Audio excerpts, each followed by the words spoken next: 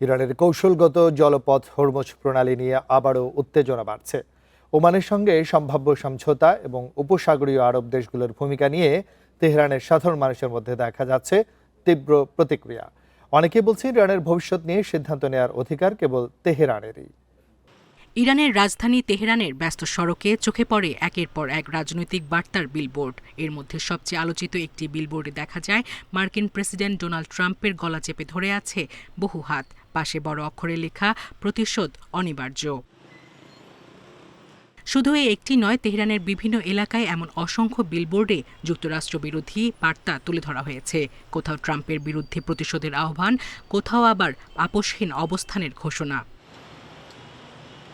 এমন পরিবেশে যুক্তরাষ্ট্রের প্রতি তীব্র ক্ষোভ প্রকাশ করছেন তেহরানবাসী। একই সঙ্গে ওমান সহ উপসাগরীয় আরব দেশগুলোর প্রতিও রয়েছে তাদের গভীর অবিশ্বাস।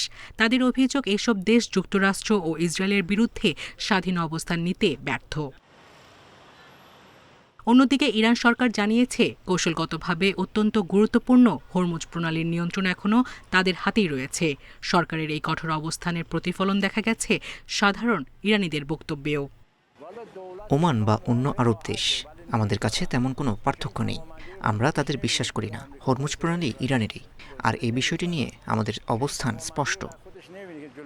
হরমুজের ভবিষ্যৎ নিয়ে আলোচনা করতে সম্প্রতি ওমানের উচ্চ পর্যায়ের প্রতিনিধি দল তেহরান সফর করে। ইরান চায় প্রণালীটির উপর নিজেদের নিয়ন্ত্রণ আনুষ্ঠানিকভাবে প্রতিষ্ঠার লক্ষ্যে সমঝোতায় পৌঁছাতে। তবে এই উদ্যোগ নিয়েও সাধারণ মানুষের মধ্যে রয়েছে সংশয়।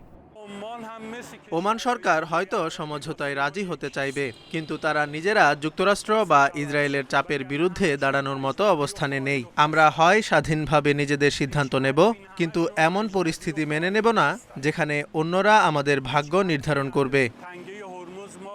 মধ্যপ্রাচ্যের সবচেয়ে গুরুত্বপূর্ণ এই জলপথ ঘিরে কূটনৈতিক তৎপরতা চললেও তেহরানের রাস্তায় এখনও সবচেয়ে জোরালো বার্তা একটাই: বাইরের চাপ নয়, নিজেদের ভবিষ্যৎ নির্ধারণে ইরান আপোষহীন।